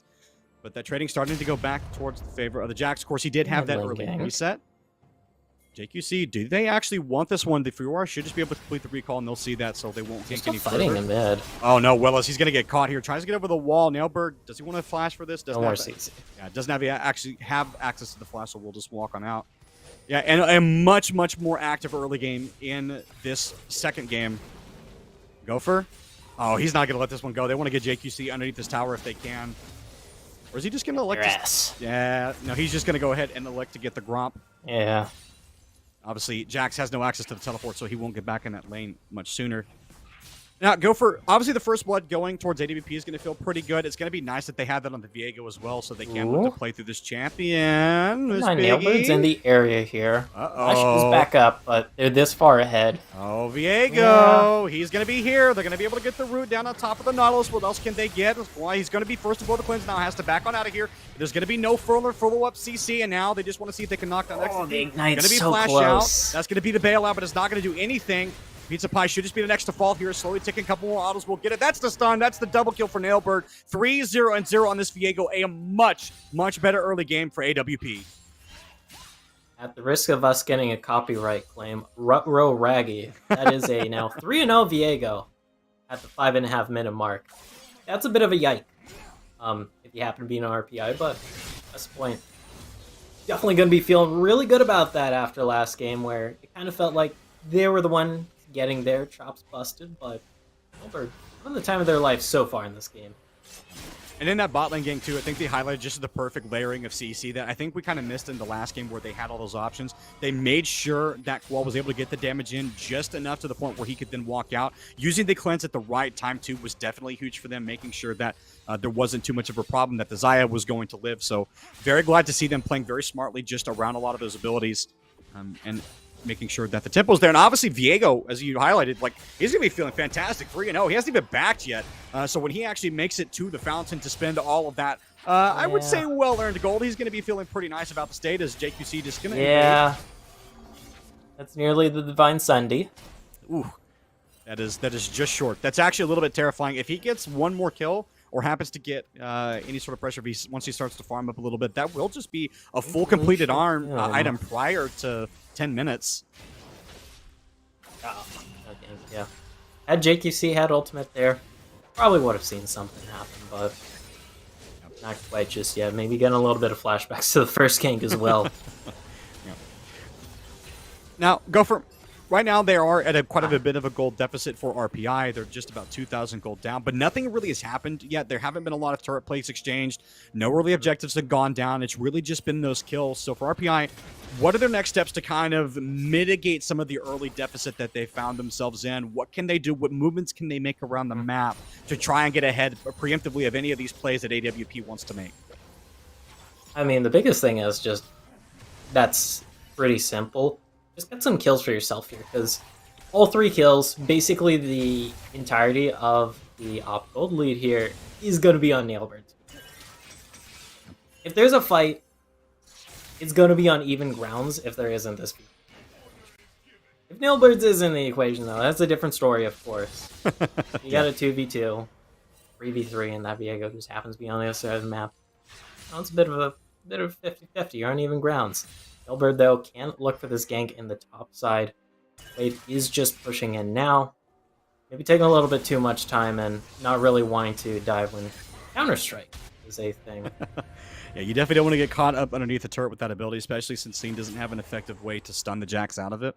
Right now, I like the answer from JQC, just trying to deny as much CC as he can, or sorry, CS as he can. Okay, from what's available this time? That's going to be Glacial Boink, Prison committed. boink. That's going to be the hostile takeover on top of that as well. School forced to flash out, but so it's slowly close. ticking. That's going to be ultimate committed from the Xerath, not able to get the last shot onto the Xayah, though, so she will manage to walk away, but that's going to be 1 kill and ultimate committed and not much more than that. No summoners committed for the side of RPI, so they will respond and at least get control of this bot side. Don't really have the health bars to go for Dragon, and we see the cross-map play here from AWPE. They're able to pick up that Herald. Thank you, Kai. That is the Eye of the Herald. Eye of But- the Herald. What song is that based off Eye of the Tiger. Eye of the Tiger, I guess? Speaking of Eye of the Tiger, Willow's going to be wishing Get he outta was here. experiencing Eye of the Tiger because that game didn't feel too good. Nailbird going to force him out of the mid lane and just walk his merry way on out of there. They'll spot him on the vision, but that's really not going to give them, not going to give RPI much to do with. So, and right now, go for it. It really feels like Nailbird can take this Herald anywhere outside of maybe going towards the bot lane to reset it and get pretty good gold efficiency out of it. That's going to be the Ghost committed there from Scene. Nailbird is here. That's the Smite. Nailbird going to collect that one. He has all of the kills for AWP here. He's going to be able to pop this Herald in the top lane. He's going to feed Scene some more gold, possibly, if they look to get those turret plates. His Big Will shoving out in the mid lane. And AWP, it's non-stop playmaking. Oh, they may not be done. 0 health, so you Hex Flash over this wall. Uh-oh. You don't... Actually, you do have the ultimate. Oh, doesn't commit to it There's yet, but the he's going to try and get shmoney. away. That's going to be the Glacial on top of that, and it is going to be the kill. Going over to Big Will. Nice guy support. Make sure that he doesn't take it. Oh, that's going to be the ultimate committed there. Flash forward. Not necessarily sure you needed to do that. Could have just looked possibly to dash over and smite him, but will commit the flash to get the kill. But that means that they're going to give pressure in the top side, which means that AWP is going to get their first turret. Yeah, it's gone. Unless Counter-Strike goes off in time here and they have aggro. That's not the case. If you're able to get this shutdown, though, I don't think you do. Oh. No, Midtoe probably should have just let that turret go. Got greedy for it, thought maybe he could salvage it, but just ends up giving the plates, the turret, and another kill over to AWP. And right now, Viego 5-0. The only kill he hasn't participated in was that one in the mid lane, and RPI finding themselves at a pretty large deficit very early in this game. Okay, Riposte is available. No Mana. grand challenge. Be a kill. Not going to be able to walk his way on out of this one. No flash, no help, no chances. Should just die. Scene. They'll just take their time. Well, I was going to go over to it, so that's at least 1 kill that will go towards the Yone. Oh. It's just Let's nonstop have backup fighting. here. You just got to stay alive. Oh, nice ultimate. The Featherstorm's going to dodge out on top of the Glacial Prison. Wants to try and stun this one out, the though. range, It's going to be baby. Zera. Picks it out. Now Here comes the Cavalry, though. Yeah, the Cavalry's here. AWP. Da-da-da! They're going to get the Xerath. He has no flash, no hope, no help. And now it will be just JQC falling. AWP, they are dead set on evening up this series. And translate this into the Dragon. Did just take out the entire bot side of the map here from RPI. There's the hop over the wall. Also have the Heartbreak here. That can speed up the player this. Yeah, and right now for RPI, it just definitely feels like this is a much different game than the first game. Obviously, not only just in the scoreline and obviously not just in the gold, but just the map rotations that AWP have shown. They've been pretty much first to all of these plays. They've been very proactive around the map, making sure that they get their solo lanes ahead. Nailbird is obviously the most fed person in this game. And actually, I'd like to see what the gold difference is between him and every other person in this game right now, because I'm sure it's going to be thousands of gold, not only just because of 6 kills. Hey. Oh yeah, he has more than double most of them. That is a sheesh moment if we've ever seen one. He's going to be having the CS lead, the gold lead. Viego pretty much does everything, and so AWP really is just about playing around the Viego. Just keep feeding this guy. You're going to be feeling pretty good. And now RPI, I mean, really go for it. They have to find a way to slow this game down, because right now AWP, they only have one pedal in this go fast car, and it's the gas pedal. It's gonna be hard to do so though, because quite a sizable lead. This should just be the kill. One more. He's One just more gonna get vital. poked. He's just gonna get poked with the sword. He's gonna be on the wrong end of that one. He's gonna be wrong end of the kill. That's gonna be the first solo kill for Scene. And if that isn't a signal of how bad this early game is going for RPI, 12 minutes in and they're sieging onto a tier 2, then I'm not really sure what would be. Yeah, objective bounties aren't up yet. Aren't even a possibility. This is Teleport, gonna be committed. Yeah. Kazathi, he is gonna die now. Miss Piggy can just look to walk this out. Still fairly healthy though. You almost should try and commit forward. Also- That's gonna be the hook. Not gonna be able to get the ultimate out, but that's going to be the hostile takeover. The L is picking, but he's not gonna be able to get it. Yeah. Ghoul's gonna slay him. And TBD, or sorry, not TBD, AWP. They're going to look to continue to siege in this bot side, get the last remainder of these places. Renata just going to have to back on out of there. RPI, they're struggling to find something. And in that struggle, overreaching, they're just getting themselves further and further behind. they're able to secure this top. Good riposte. See no mana, dashes out It's though. available. Yeah, had the ghost, so was managing to get out of there. Now, So you, little doomed here right now for RPI. well, I was gonna say Yeah. you never want to call it done, but it's a 6,000 gold lead at 13 minutes. So Oh. if we wanted to be charitable, is Cool just going to walk himself out of there? Go for it. If we were being charitable, which we are tonight, RPI, they're not out of it until they're out of it. So how do they get back in this game? First off, if they can get the shutdown here onto Nailbird, that's a good way to at least get one member really jacked up on your side, because that would be 1,000 gold just from one kill alone. The other way would be you're able to sneak some objectives. Uh-oh, this may be the This caster is shutdown. Oh, man, it's just to get him way out. That was one full engage away from being a caster curse. Dan Elbert first to blow the flash. RPI will walk out of there. But you were saying before, you were so very rudely interrupted by a couple of people trying to fight on casting time. RPI, how do they get back in this game? Either they get the big shutdown here, that'll help level the playing field for at least one of these members, or you're able to get some objective trades to get some extra gold in your pockets. Objective bounty should be spawning here in just a jiffy. I don't know if you can realistically contest this Herald with how far down you are, but they are going for it. You see, wants to step forward. Teleport's going to be committed now, though no one's starting up this Herald. It's about at half health. RPI, though, they're just going to have That's to walk 5v4. this way out of here. They just really can't step up to steal Oh, this no, without giving up a don't bunch do of this. stuff. Now, XQC's he's going to get hooked over the wall. JQC will actually make it out, though. Was on the overside. That's going to be the Glacial Hawk. So Glacial Prison committed. They won't get anything more than that. Handshake pushes big wheel away. We're going to go wide as well. A lot of abilities being thrown, but nothing sticking just yet. AWP holding on to all of their abilities, holding all of their summoners. And we'll look to just place this Herald in the mid lane here, start to siege on this tower, as well as though on the bot side trying to trade for something. Yeah, if they are able to get that, because you got White on down. Alright. That's going to be the depth charge committed, just to knock up 2. QC is here now, but doesn't have any access to the ultimate. That's going to be the Herald getting charged down on the tier 2 scene, hovering in the way. Ooh. Ultimate committed from Xerath.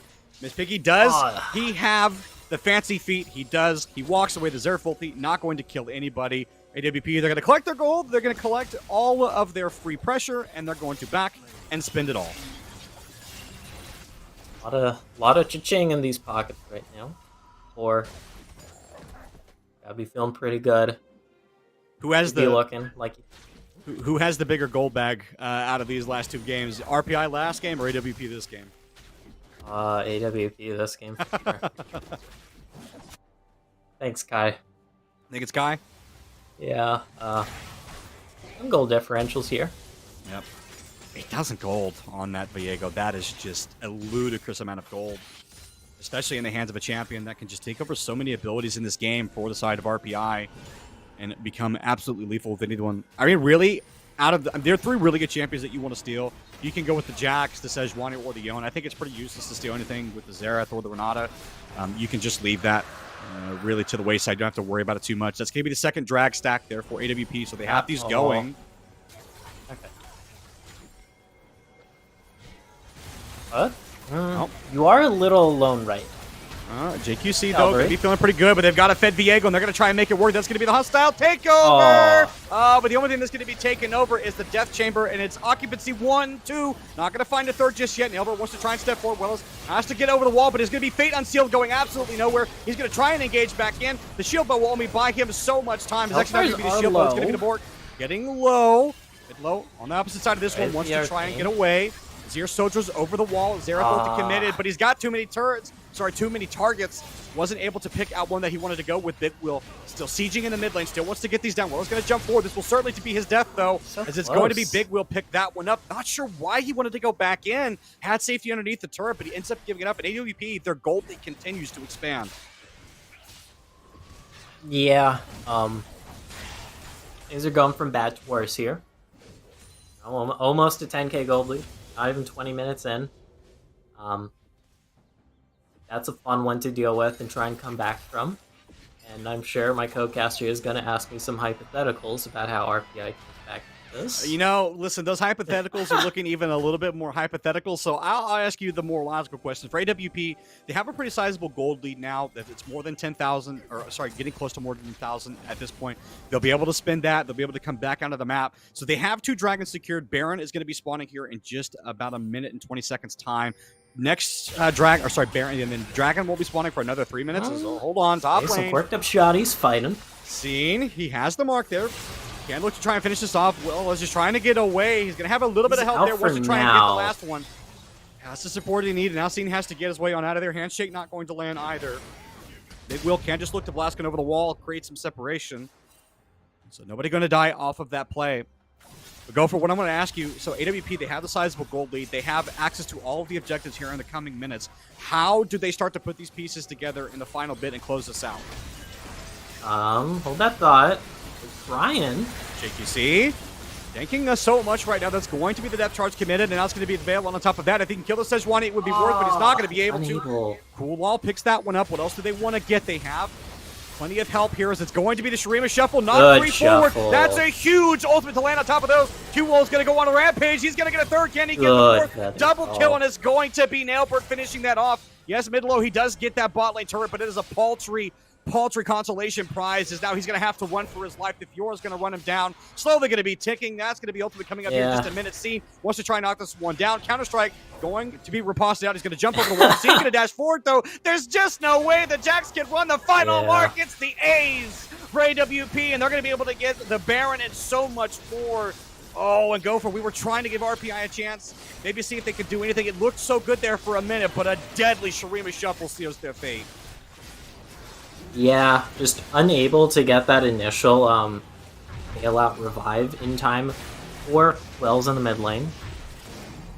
Yeah, it's That's a pretty big deal. It's just trying to land anything. Yeah, just thanks for the vision, Toggle Kai. It's Solid Snake. He's on a mission. Oh, they're just chilling. He's not even worried at all. He's waiting for someone to step up here. That's just how long are you gonna sit there, buddy? Someone did step up. We'll count. So I think they just wanted. He's 15 seconds in that brush right now since we've kind of focused on him. He's gonna have to move somewhere at some point. And speaking of which, the longest flank angle I've ever seen is now here. So he's gonna try and jump into multiple people. That's gonna be the riposte. What else can he get? Is if he's just trying to land damage, but Nailbert, he just cannot be stopped. That's gonna be the death charge committed on top of that. Can they land the stun? Can they knock down the Sejuani? If they do, that would be the signal for them. A little bit more damage is all it would take. One more auto attack. One more. Sorry, the smite just to buy a little bit of space. They can't knock down the Sejuani, but they don't need to. They got the kill onto the mid laner. The Jax is still not responded. Sorry, the Jax has respawned. The Renata has not responded. Now they're just going to look to siege in this mid lane. Going to be the cleanse forced out mid low. Wants to see if he can regroup onto this one. They want to stop this tower from going down, but it will fall in the end. They will be able to pick up the Nautilus potentially. They're very, very low. That's going to be the Featherstone committed as well. And now Sejuani may have bitten off a little bit more in two, stepped too far forward, and now AWP, they might just look for the game in here. They have the Baron. Pizza Pie's going to land the handshake to force the Azir away. Doesn't have access to that Stream of Shuffle just yet. That's going to be the hostile takeover committed. They get each other really, really low. That's one kill. Kulon wants to try and survive this. They're not going to be able to get the last blast. RPI, they bought themselves a lease on life, but they lose part of their base.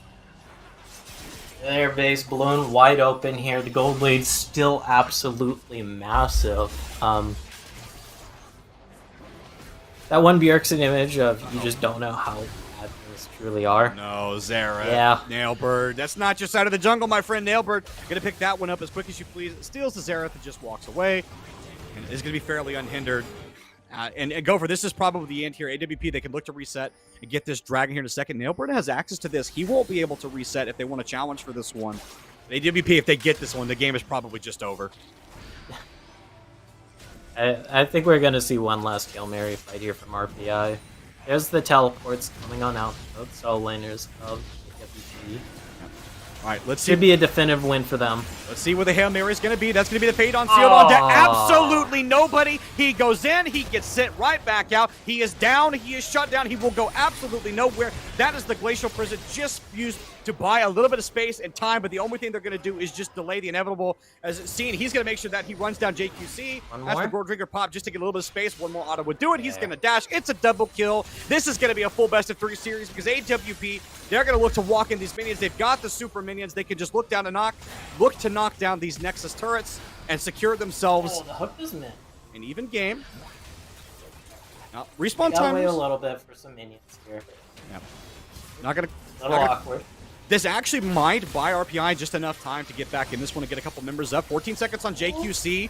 Bars are going to get a little bit low. That's going to be the hostile taker onto 2 members. That's going to be the Shurima shuffle defensively. But Exhausty, he's going to be able to knock down the Azir. So RPI, again, still managing to live. Crucially, though, they don't give up any of those Nexus turrets. And they're able to get another kill for themselves here. So holding on. Really, really great handshake there from Pizza Pie. Stops the Shurima shuffle, which would have likely led to 2 members there. This is still very dire, but to give RPI some props here, they are technically holding on. They have staved off both pushes into their base. Barely. They're kind of limping. Actually, they're well beyond limping at this point. They're kind of some life. They're kind of hobbling around, but the thing that they're using as a crutch is kind of just something they found on the ground, and it's not really made for them, so they're just trying to survive until they find something that's a little bit better of a crutch. I think is probably the best analogy we could use there. And I think the other thing concern for me right now, too, is the fact that Exhausty is 2, 5, and 4 on that Zareth right now, so not able to actually live long enough to start pushing out these waves. And outside of the Zareth, RPI doesn't really have any effective wave clear, so if AWP, if they can manage to get one, even I would say just one more inhibitor, they're probably going to be spaced where without the Zareth, RPI just won't be able to contest them in the base. Yeah, because both times they've held onto the base, there have already been members of AWP that weren't in the area. Some had very low health bars.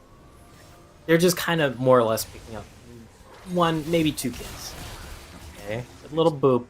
Yep, handshake away. Scene is going to get the message, going to lose a quarter of his health and decide he doesn't want to pursue that any further, but we'll just go ahead and heal off of him anyway. We can just go up there and get the full health bar back. As, again, Super Mini is just continuing to push into the base for RPI. And right now, I mean, this is one of the most painful situations when you're in the situation like RPI is in, because you're super afraid to leave your base. The entirety of the map is just going to be dark for them, as the observer will be able to kind of toggle that vision for us and just see how little that RPI can actually see around the map. I mean, everything is going to be super shallow, what vision they will be able to get. As you get of the wide view, yeah, I mean, just look at all those small pockets of vision. I mean, it's all super defensive. They have nothing progressive in terms of getting onto any of the neutral objectives. The Baron is going to be Sonic Spoon here. So for RPI, they need to shove this mid-wave out, and they really need to hope for a Hail Mary. As AWP, they're going to go ahead and start this one off. They are going to shred this Baron, to say the least. Your best hope is already half. Being able to snipe something here. He's going to see it. He's just going to knock it down to 1,000, but the smite was absolutely on point. AWP, what else can they get now? Over the wall. Going to be the full commitment there. Big Will's going to get the first kill, and now RPI, they need to find something. Going to be Fade Unsealed, but it's going to be Shurima shuffled out. He's ticking. He's dropping. Guo was waiting there for him. Sheen is dominating. And AWP, they've completely taken over this game. They're going to put the final touches on it. So they're going to walk mid lane. They're going to get the inhibitor down again. They're going to siege onto the Nexus turret and knock this one down. They're just going to wait for the delayed in. Xathi only delaying the inevitable on this one. It's going to be heroic two-man stand here. Yeah, 2 versus 5.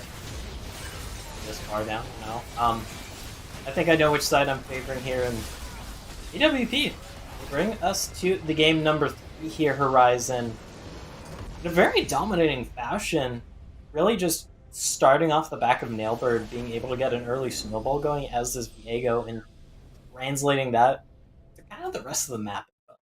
Yeah, absolutely. It definitely felt like AWP had a much more solid game that time. They definitely executed better on the team comp that they drafted for themselves this version.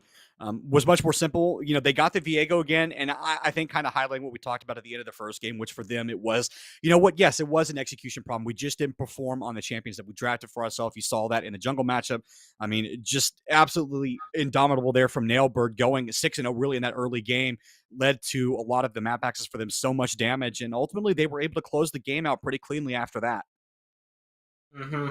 Just it snowballed out of control. It's just kind of like you knew what was coming. It was the inevitable being delayed, more or less. Yeah, it's like a train coming. It's like a paint train slowly pulling into the station, and you just see it coming, and you're trying to do everything you can stop it. You're throwing stuff on the track. You're trying to blow up the tracks itself. You want to derail it, but the train just keeps chugging along, and so RPI, they're gonna have to reset after that second game. That being said, though, Game 3 will be played off stream just due to timing. You can join us again, though.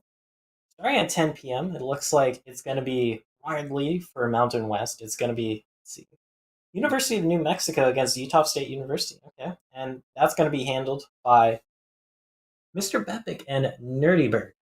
So make sure you tune in for that one.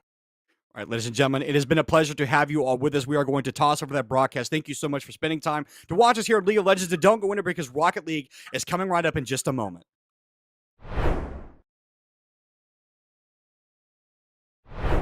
Or grow community let's just start with on campus.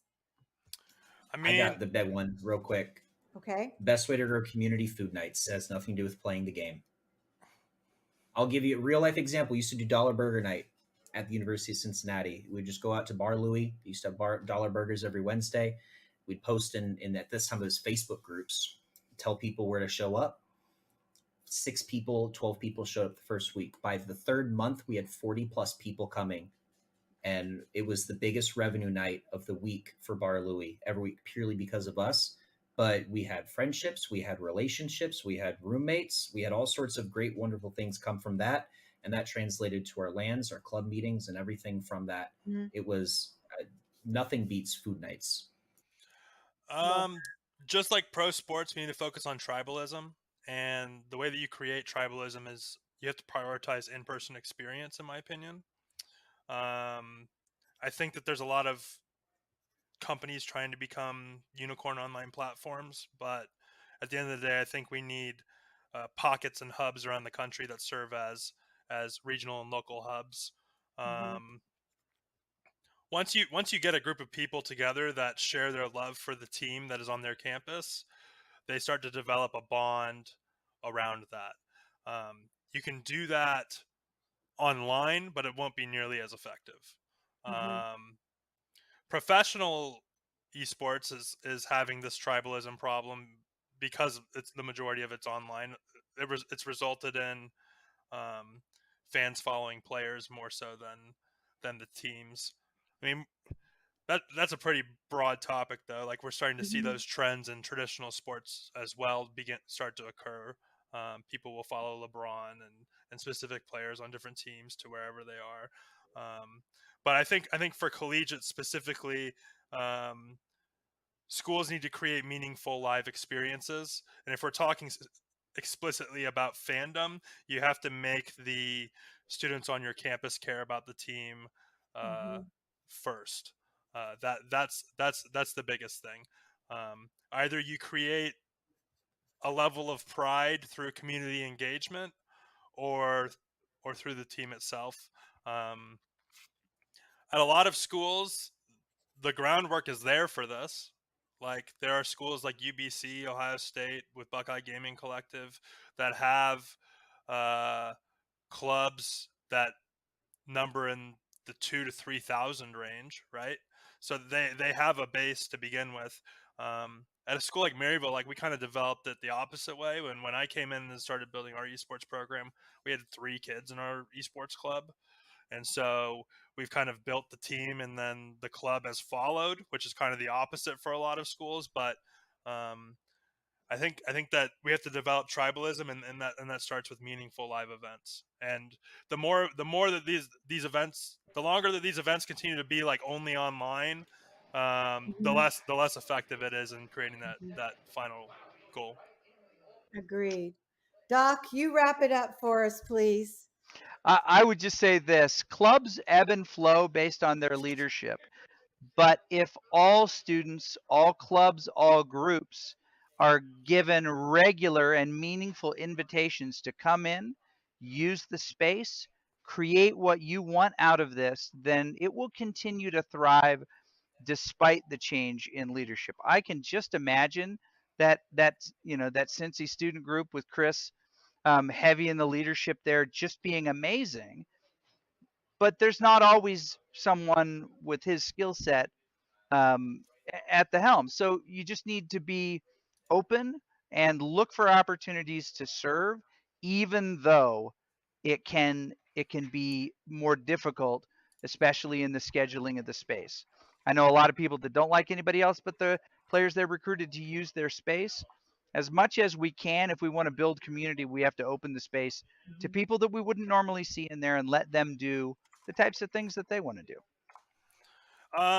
One more thing, so like on a national level though, if we want to raise the general viewership of all of collegiate esports and not just different pockets, that's a hard one because people watch esports to see people do stuff that they're better than them at, right? So naturally at the collegiate level we're going to be at a lower level than pro, so it's hard to get people to watch for that reason. But what we can sell are narratives and storylines, matchup histories, and as we start to build a longer history of collegiate esports, I actually truly believe that some of the CLOL storylines are more rich than what exists in Academy and 100%. and the LCS, but no one's really covering it. No one's really drilling down into it. No one's creating narrative content. So I think that that's the key to getting people to care about it. Like if there's a storyline, people attach themselves to it. Yeah. Yeah, I'll add one more thing before we end. The largest organizations on any university campus. This is a very blanket statement. Could be wrong for you.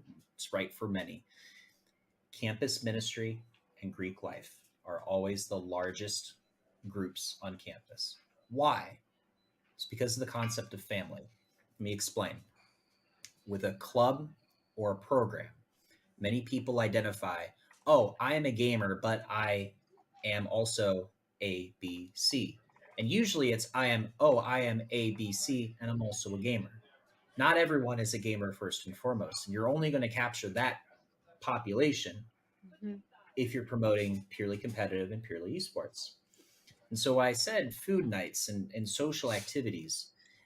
I'm really stealing from campus ministry and Greek life, because what you want to do to build community at your school is to make it so that the thing that you're doing is the number one thing in the students' lives. Now that's a very selfish thing to say, but it's a true statement. For you to grow the largest community, your community needs to feel that the thing that they're a part of is the most important part of their social campus experience. That's why Greek life is so successful. That's why campus ministry is so successful. And when you treat esports as a program of just competition, practice, and development, that's an outlet. That's not a way of life. Not for at scale. Not when 55% of the campus body at a Division I school identifies as a gamer in some way, shape, or form. You're not going to touch that 55%. You're going to touch 5%, maybe. You're probably going to touch 0.05% or 0.5% at a Division I school. And so what you really need to do is build that community authentically by, as Doc said about Dan, what are the people prioritizing, and do that. And how do they enjoy their life? What would they find meaningful? Do that. And then do everything else, because the financials and everything else, the planning and all that matters too. And that's why we have a talent problem in Scholastic Esports. But I will wrap up and say, for the national level, Dan's completely right on narrative. But I'm not worried about that, because the only thing we need to build community nationwide is just time. Mm-hmm. We are 2 generations away from critical mass. And all it takes is that the current generation of students to grow up, get in the professional workforce, and have kids and raise them on the things that they were fans of. It's how baseball grew. It's how basketball grew. It's how rugby and all those other sports grow and sustain. Cornhole grew. But in all seriousness, all we need is time. Mhm. All we need to do is ensure that our products get better, our opportunities become more authentic, accessibility remains open, and monetization remains enough to us to continue to what we're doing and grow.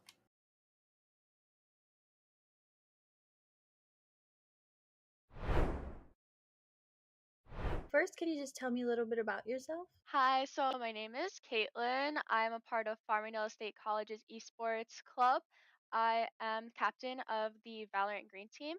I am a second semester sophomore at Farmingdale State College, and I'm 19 years old.